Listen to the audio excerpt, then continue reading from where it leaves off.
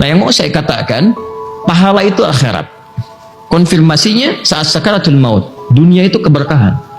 Jadi kalau hidup, cari berkahnya.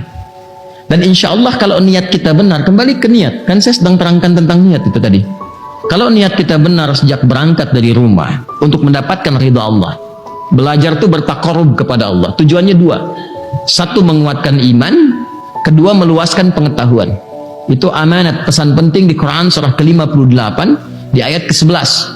Yarfa'illahu alladhina amanu minkum walladhina utul ilma darajat. Dan ayat itu dibuka dengan majlis ilmu.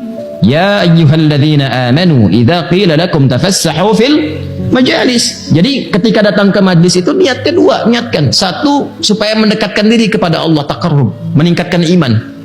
Makanya antara pulang dengan datang itu beda. Datang kita berusaha mendekat dan suasana hati kita akan lain. Berangkatnya penuh semangat, diisi dengan doa, diisi dengan istighfar, tantangan-tantangan bisa dilewati, gitu kan?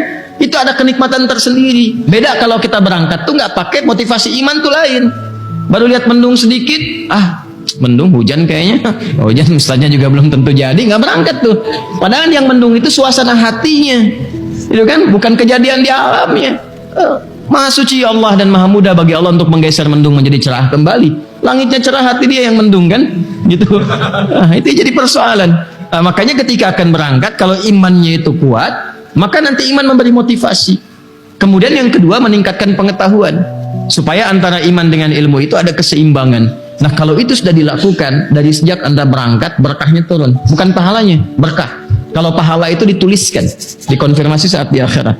Apa di antara keberkahannya?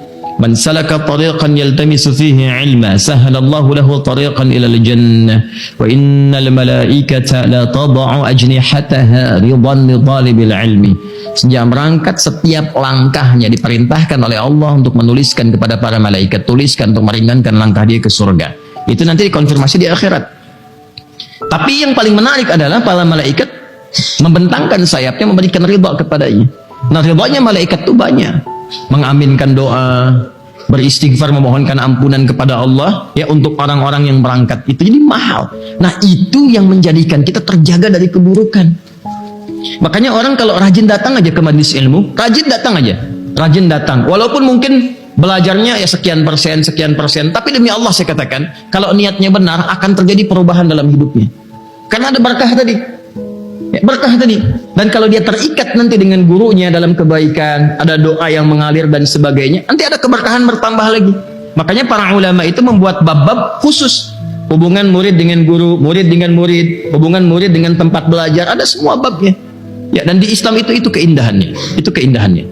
Ya, karena itu saya berpesan, mumpung masih kita ingin mengawali kajian, maka perbaiki niat itu, tajdidun niyah. Perbaiki niatnya untuk mendekatkan diri kepada Allah dan menambah pengetahuan. Nanti perhatikan apa yang terjadi pada kehidupan kita, akan terjadi perbedaan dalam hidup. Jelas?